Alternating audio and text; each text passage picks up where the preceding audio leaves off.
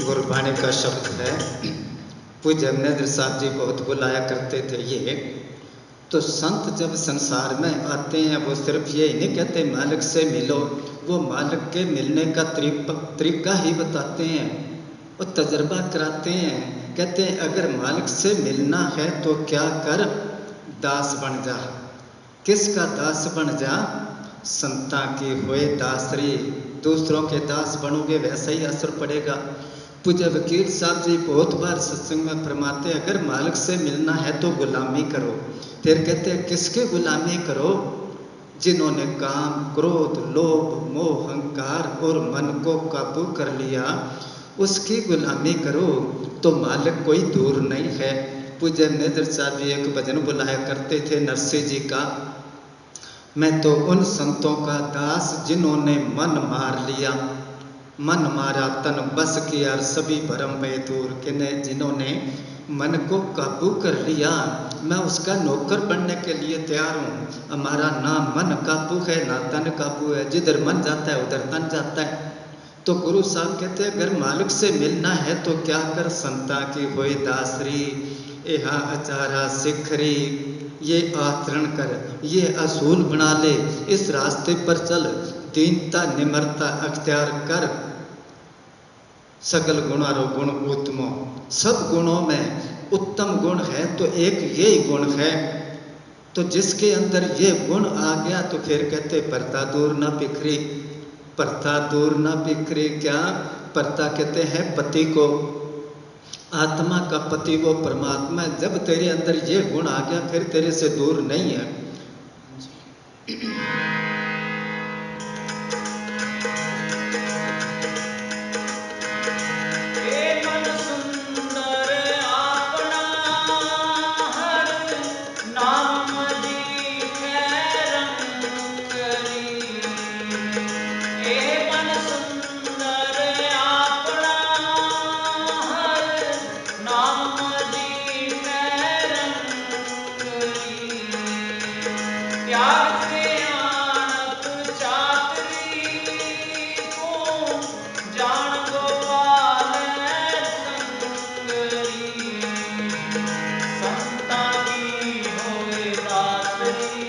ए मन सुंदर अपना, मन सुंदर बाहर से नहीं। जब मन सुंदर हो जाएगा तो तन सुंदर अपने आप ही हो जाएगा। ऋषि मुनि जंगलों में रहते थे, उनका मन सुंदर था, वो तो 12-12 साल नहाते ही नहीं थे, मगर जो भी उनके पास जाता उनके चरणों पर पानी गिर के पीता। क्या उनको नफरत थी? नहीं, वो अंदर से साफ थे। हम सबका मन बीमार है, इसीलिए तन बीमार है सबका। हर एक आदमी आज के जमाने में बीमार है। किसी को कोई बीमारी है, किसी को कोई बीमारी है। क्यों बीमारी है? मन सुंदर नहीं। तो गुरु साहब कहते हैं अगर मालिक से मिलना है सबसे पहले मन को सुंदर कर, क्या पाक और पवित्र कर। पूज्य नेत्र साहब जी क्या करते, कुत्ता भी साफ जगह पर बैठता है, गंदी जगह पर नहीं बैठता। तो मालिक तो पाक और पवित्र और नूरी है, मेरे हृदय में कैसे बैठेंगे। ए मन सुंदर अपना, हर नाम मजीठी रंगरी। मजीठी रंग पक्का होता है ना, मैले कपड़े पर चढ़ाओगे तो जब धोओगे मैल के साथ उतर जाएगा। पहले कपड़ा साफ करना पड़ेगा। ए मन सुंदर अपना, हर नाम मजीठी रंगरी।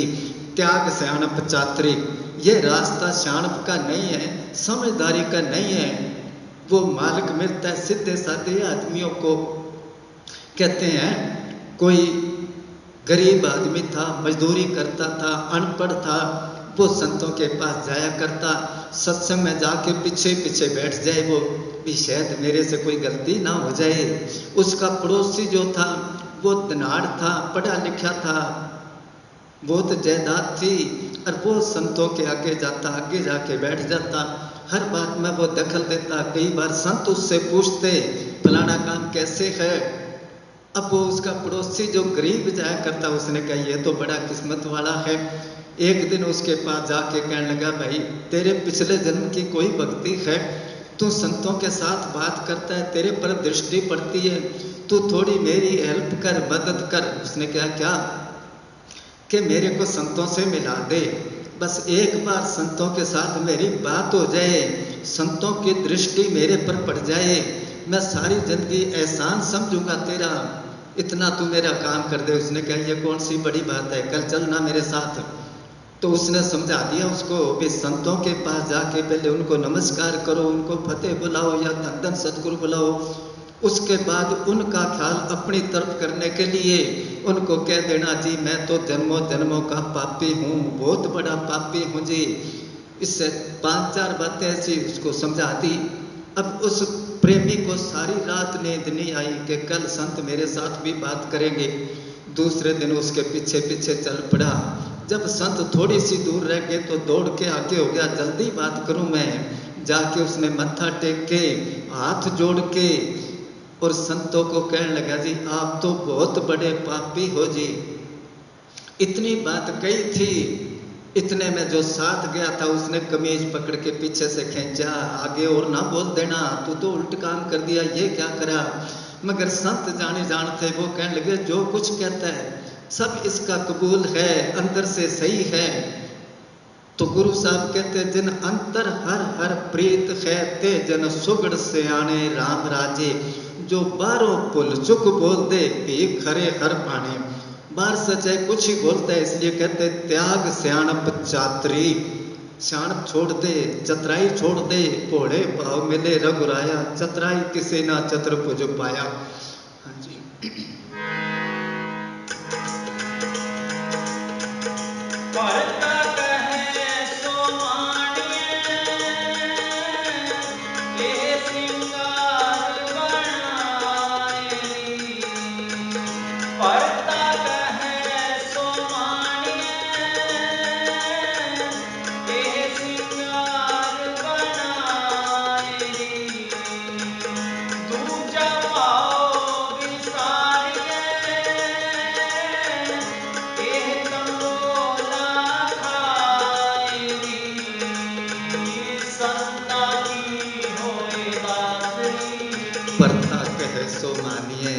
अभी थोड़ी देर पहले अर्ज करी थी, परता कहते हैं पति को, आत्मा का पति वो परमात्मा है। जिस तरह घर में बीबी होती है, जो पति काम कहे उसी टाइम कर ले, वो घर की सफाई रखे, बच्चों के कपड़ों की सफाई रखे और पति के आते उसकी सेवा करे, तो पति खुश रहता है। बहुत बार वो अपनी खुशी से उनको कई आइटम कोई चीज ला के दे देता है। अगर घर में वो काम भी ना करे, कहना भी ना माने और बारी बारी डिमांड करे मेरे को ये चाहिए, तो क्या वो चीज मिलेगी उसको? नहीं। इसी तरह आत्मा का पति परमात्मा है। अब परमात्मा क्या कहता है आत्मा को? परता कहे सो मानिए।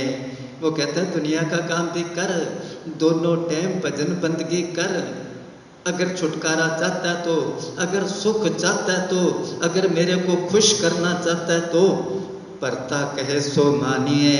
एवो सिंगार बनाए रे, बीबी सारा दिन हार सिंगार बनाए, बारी बारी सूट बदले, काम कोई करे ना तो क्या पति खुश होएगा? देख के चिड़ेगा वो तो। हमारे एक माई राम होया करता, वो खड़ा होके शब्द बोला करता, तो वो कई बार सुनाया करता। अखड़ दिमाग की एक बीबी थी, वो रोहतक साइड में, और वो कोई काम ना करे, सारा दिन हार श्रृंगार बना के रखे, पति उसका चिढ़ता ही रहे। एक बार वो अपने पति को कहने लगी तेरे को कितनी बार क्या, मेरे को एक कोका बनवा दे नाक का, तू मेरी सुनता ही नहीं। वो कहने लगा तू मेरे से कोका मांगती है, मैं कई बार सोचता हूँ तेरा नाक काट दूं, क्योंकि वो दुखी था उससे। इसी तरह मालिक से चीजें मांगते हैं, उसका हुक्म मानते हैं। जब भजन सिमरन की कोई ऐसी बात आती है सेवा की, तो कहते हुक्म लेंगे, देर करांगे, किस टाइम बैठे, ये बैठे। दुनिया के जितने काम हम करते हैं क्या हुक्म लेते हैं संतों से? मैं ये काम करना है, मैंने परिवार बनाना है, मैं ठगी मारनी है, मैंने चोरी करनी है? नहीं नहीं, उसका हुक्म तो एक ही है कि भजन सिमरन करो। कबीर साहब ने क्या समझो तो लो विधि बताए, ला सिमरन का जोटा, सुबह शाम की टैम बांध के भरले भजन का कोठा। परता कहे सो मानिए, एहो सिंगार बनाए रे, दूजा भाव विसारिए। बाकी सब बातें निकाल दे, एहो तंबोला खाए री। तंबोला, तंबोल जी होता है ना शहरों में पान बनाने वाला, जब उसके पास जाते हैं पान खाने के लिए तो वो क्या करता है, पीले पीले पत्ते कैंची से काट के फेंक देता है और अच्छा पत्ता होता है उसका पान बना के देता है, खाते हैं। गंदा पान खाता है कोई? दूजा पाव वे सारी है ये वो तंबोला खाए।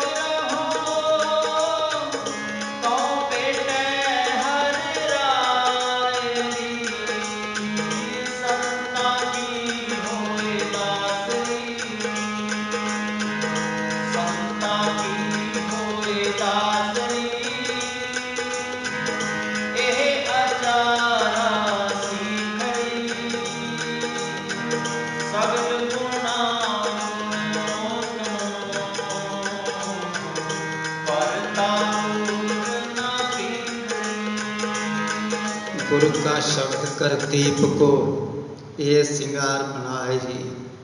वो कहते हैं सत की सेज बिछाए री, सत की सेज बिछाए री। तो वो कहते हैं जो कुछ भी है गुरु कोई समझे, उसके नाम की रोशनी है। कितनी दीनता इसमें दिखाई है, 8 पैर कर जोड़ रहो। मिनट 2 मिनट नहीं, 24 घंटे हाथ बाहर से तो हम जोड़ते हैं, क्या अंदर दीनता निमर पाती है? 8 पैर कर जोड़ रो, 24 घंटे अंदर से हाथ जुड़े होने चाहिए, बाहर से नहीं। जब तक अंदर दीनता निमरता नहीं आती, सबको निवे आपको, पर को निवे ना कोई। तर तराजू तोलिए हैं, निवे जो गौरा होई। बार बार से तो सब निपते हैं। कबीर साहब कहते हैं निवण निवण बहु अंतरा, निवण निवण बहु आन। ये तीनों दोने निवे चीता चोर कमान। चीता जब शिकार पर हमला करता है, एक बार वो धरती के साथ चिपक जाता है, फिर जंप मार के जाता है। देखने वाले को कहते हैं देख बड़ा नीचा होया, ये बड़ी दीनता है। इसी तरह चोर जब चोरी करने के लिए जाता है तो नीचा नीचा होके जाता है ना, छुप छुप के। इसी तरह कमान जो होती है, जब दुश्मन पर तीर छोड़ता है, एक बार वो बिल्कुल छोटा हो जाता है कमान, और फिर आगे जाके कहते हैं ये नहीं, 8 पैर कर जोड़ रहो तो पेटे हर रायरी। इतने दीनता निमरता, ये मन तो मिनट मिनट पर बदलता है। कभी ये मन होवे रोगी, कभी ये मन होवे सोगी, कभी ये मन धुंध मचावे, कभी शील सीमा घरावे, कभी ये मन कुल का ऊंचा, कभी ये मन लगता बुंचा। बदलता है ना मिनट मिनट पर। कदे कहता है मैं तो सबका दास हूँ, सबकी चरण तोड़ूं। 1 मिनट में कहता है मैं किसी से कम हूँ।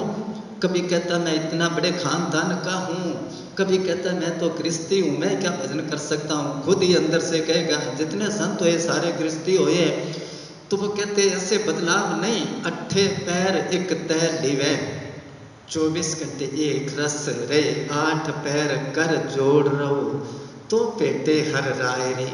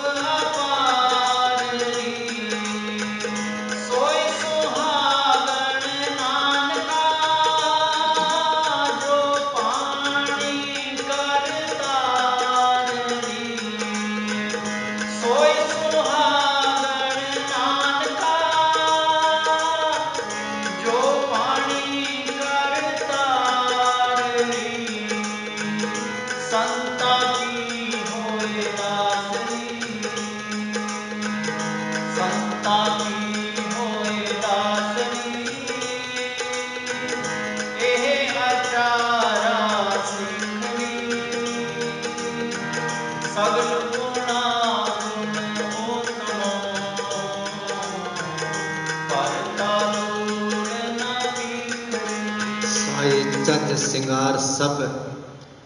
तो कहते हैं ये सिंगार जिसने, ये बातें जिसने अख्तियार कर ली, साई रूप अपारे हाजर नाजर है उसके पास वो साई सुहागण नानका, वो आत्मा सुहागण है। उस जगह पर वो ही मजूर होती है जो पाने, जो उसके पाने में रहते हैं, जो उसकी रजा में राजी रहते हैं। हम गा लेते हैं राजी है हम उसी में जिसमें तेरी रजा है। मतलब कहने का गुरु साहब ने सब बातों का निचोड़ निकाल दिया। अगर मालिक से मिलना है तो इतनी दीनता निमरता तेरे अंदर होनी चाहिए। नानक नन्ना होए रहो जैसे नन्हे दूब, बड़ी घास जल जाएगी दूब खूब के खूब हैं। तो इतने दीनता निमरता आए इसके अंदर तो मालिक कोई दूर नहीं है।